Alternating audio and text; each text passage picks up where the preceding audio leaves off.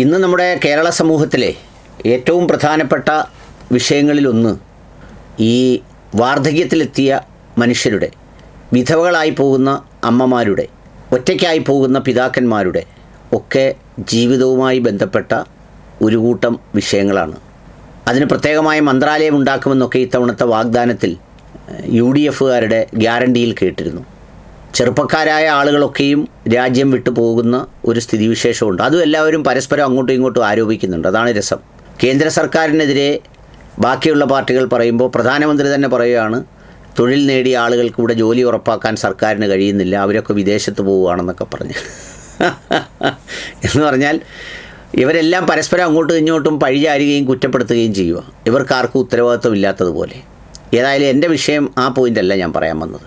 ഞാനിപ്പോൾ ഒരുപാട് ഈ വാർദ്ധക്യത്തിലെത്തിയ മനുഷ്യരുടെ ജീവിതാനുഭവങ്ങൾ നേരിട്ട് കാണുകയും അറിയുകയും ചെയ്തതിലൂടെ രണ്ട് കാര്യങ്ങളാണ് എനിക്ക് ഈ വാർദ്ധക്യത്തിലെത്തിയ മനുഷ്യരോട് പറയാനുള്ളത്, പ്രത്യേകിച്ച് സ്ത്രീകളോട്, അമ്മമാരോട്, അതുപോലുള്ളവരോടൊക്കെ പറയാനുള്ളത്. ഒന്നാമത്തെ പോയിൻ്റ് എന്താണെന്നറിയോ? നിങ്ങളെ വിവാഹം കഴിച്ചുകൊണ്ട് വന്ന വീട്ടിൽ നിന്ന് നിങ്ങൾ ഒരു കാരണവശാലും ഇറങ്ങരുത്.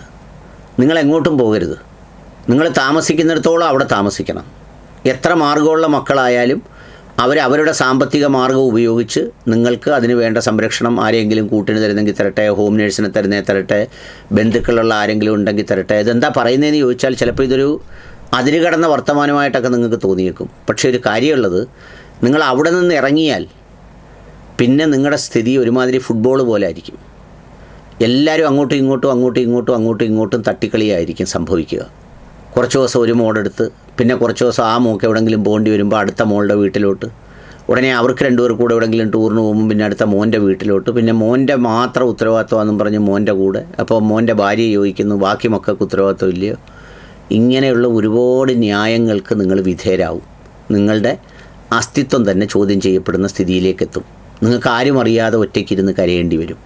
അതുകൊണ്ട് ചിലരൊക്കെ വാശി പിടിക്കുന്നത് പോലെ ഇനി മരിച്ചാലും ഞാൻ എൻ്റെ വീട്ടിൽ നിന്ന് പോകത്തില്ല എന്ന് പറയുന്ന നിലപാടായിരിക്കണം നിങ്ങൾ സ്വീകരിക്കേണ്ടത്. ഞാനിത് പറയുന്നത് ടേക്ക് എ ബ്രേക്ക് അറേഞ്ച്മെൻറ്റ്സിലാണ് ഞാൻ ഈ പറയുന്നത്. പലരും ഇപ്പോൾ അങ്ങനെയാണ്. പല വീടുകളിലും അവരുടെ സ്ഥിതി അതാണ്. അവരെ അങ്ങനെ അവിടുന്ന് പറിച്ചുകൊണ്ട് പോകുന്നതോടുകൂടി അവർ ഇമോഷണലി ബ്രേക്ക് ഡൗൺ ആവുന്നു. ചിലർക്ക് ഈ മറവി രോഗമോ അല്ലെങ്കിൽ മറ്റ് പല മാനസിക പ്രയാസങ്ങളോ, ചെറിയ രീതിയിലുള്ളവർ വളരെ പെട്ടെന്ന് പിന്നെ വലിയ രീതിയിലേക്ക് അങ്ങ് കൂപ്പുകുത്തുന്നു.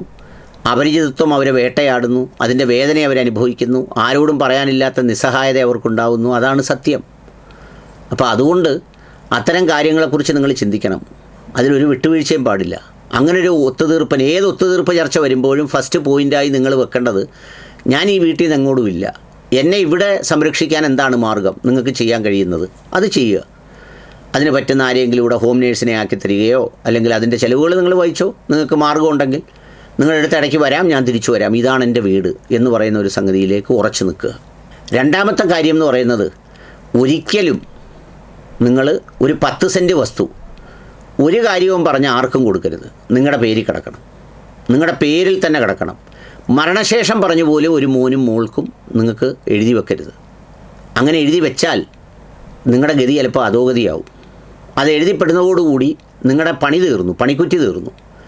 ഒരു 10 സെൻറ്റോ 15 സെൻറ്റോ നിങ്ങളുടെ കയ്യിലുണ്ടെങ്കിൽ അത് ആഗ്രഹിച്ചെങ്കിലും ഈ മക്കൾ ചുറ്റിനും കിടന്ന് കറങ്ങും. എക്സംഷൻസൊക്കെ ഉണ്ടാവുമേ എന്ന് പറഞ്ഞാൽ എല്ലാ മക്കളും അങ്ങനെയാണ് എന്നുള്ള അഭിപ്രായം എനിക്കില്ല. പക്ഷേ മഹാഭൂരിപക്ഷം അങ്ങനെയാണ്. നിങ്ങൾ അതിനുള്ള സ്ഥലം, ഒരു പിടുത്തത്തിനുള്ള സാധനം നിങ്ങളുടെ കയ്യിൽ വേണം, ഉറപ്പായിട്ട് വേണം. അതങ്ങ് കല്ലും നെല്ലും തിരിച്ച് അതെല്ലാം അങ്ങ് ചിരിച്ചാൽ അത് മറ്റേ മോന് മരണശേഷം, ഈ മോന് മരണശേഷം, ഈ മോന്, അതൊക്കെ കുറേശ്ശെ ദൂരെയുള്ളതൊക്കെ കൊടുത്തു. നിങ്ങളുടെ കയ്യിലുള്ള ഒരു സാധനം ഒരു കാരണവശാലും കൊടുക്കരുത്. അത് നിങ്ങൾ പരസ്പര ധാരണയിലൊക്കെയോ വെച്ചോ, എന്നെ നോക്കുന്നെങ്കിൽ ദയവൻ എടുത്തോട്ടെ, അല്ലെങ്കിൽ എന്നെ സംരക്ഷിക്കുന്നെങ്കിൽ ഇവളെടുത്തോട്ടെ, അതൊക്കെ പറഞ്ഞു വെച്ചേക്കണം. അതല്ലാതെ നിങ്ങൾ ഒരിക്കലും എഴുതി കൊടുക്കരുത്, ഒരു കാരണവശാലും എഴുതി കൊടുക്കരുത്. അങ്ങനെ ആയിപ്പോയാൽ ചില പറയും മരണശേഷം അല്ലയോ എന്നൊക്കെ, പിന്നെ നിങ്ങൾ മരിച്ചു അത് കൊടുത്തതിന് ശേഷം. അപ്പോൾ അതുകൊണ്ട് ആ പണിക്കും നിങ്ങൾ നിൽക്കരുത്. നിങ്ങൾ ഈ വസ്തുവൊക്കെ ഉണ്ടെങ്കിൽ നിങ്ങളെ നോക്കുമെന്ന് ഉറപ്പുള്ള വല്ല പാവപ്പെട്ട ബന്ധുക്കളൊക്കെ ഉണ്ടെങ്കിൽ അവർക്കൊക്കെ 4-5 സെൻറ്റ് അവിടെയൊക്കെ കൊടുക്കാം. പണ്ടത്തെ കാലത്ത് മോശമായിരുന്നു എന്നൊക്കെ പറയുന്ന പഴഞ്ചൻ സിസ്റ്റത്തിലേക്ക് കുടിയടപ്പെന്നൊക്കെ പറയുന്ന സാധനം ഉണ്ടല്ലോ. പലരെയും ഇപ്പം ഞാൻ കേട്ടിട്ടുണ്ട്. എൻ്റെ ഉപ്പുപ്പായെ ഒരാൾ നോക്കിയിരുന്ന കഥയൊക്കെ പറഞ്ഞ് കേട്ടിട്ടുണ്ട്. അവർക്ക് ഏതാണ്ട് കൊടുത്ത കഥയൊക്കെ എൻ്റെ ഉമ്മ പറയാറുണ്ടായിരുന്നു. എന്ന് പറഞ്ഞാൽ അങ്ങനെ നോക്കുന്നവരുണ്ടെങ്കിൽ അവർക്ക് കൊടുക്കുന്നതിന് നിങ്ങളുടെ മക്കളെ പോലെ തന്നെ അവരെയും പരിഗണിക്കണം. അവർ ചിലപ്പോൾ മരണം വരെ നിങ്ങളെ നോക്കിക്കോളും. മറ്റൊരു അവകാശത്തിൻ്റെ ഭാഗമായി ഇത് എൻ്റെ അച്ഛൻ സമ്പാദിച്ചത് എനിക്ക് കിട്ടേണ്ടതാണെന്നുള്ള നിലപാട് സ്വീകരിക്കും. പക്ഷേ ഇവർ എനിക്ക് ഈ അമ്മ തന്നതാണ്, അല്ലെങ്കിൽ ഈ ഉമ്മ തന്നതാണ്, അതുകൊണ്ട് മരണം വരെ ആ ഉമ്മയെ നോക്കണം എന്ന് പറയുന്ന ഉത്തരവാദിത്വത്തോടെ നോക്കും. അത്തരം ഔട്ട് ഓഫ് ബോക്സ് തിങ്കിങ് നിങ്ങളുടെ മനസ്സ് വേണം. അല്ലാതെ നിങ്ങളുടെ ചിന്ത മുഴുവൻ ഇതെല്ലാം വാരി പിടിച്ചതെല്ലാം കൈവച്ച് എൻ്റെ 3 മക്കൾക്കും അങ്ങ് എഴുതി കൊടുത്ത് ഞാൻ വീടും പൂട്ടി താക്കോലും കൊണ്ടിറങ്ങിയ സ്വാഹ, തീർന്ന്. പഠിച്ചോ. ഇത് കൃത്യമായ അനുഭവങ്ങളുടെ അടിസ്ഥാനത്തിൽ ഒരുപാട് മനുഷ്യരെ കണ്ടതിൽ നിന്ന് പറയുക. ചിലപ്പോൾ പുസ്തകത്തിലും നിയമപരമായും വ്യത്യസ്തമായ അഭിപ്രായമുള്ളവരൊക്കെ ഉണ്ടാവും. ഇതെൻ്റെ നിലപാടാണ്, അതാ കൃത്യമായി പറഞ്ഞത്.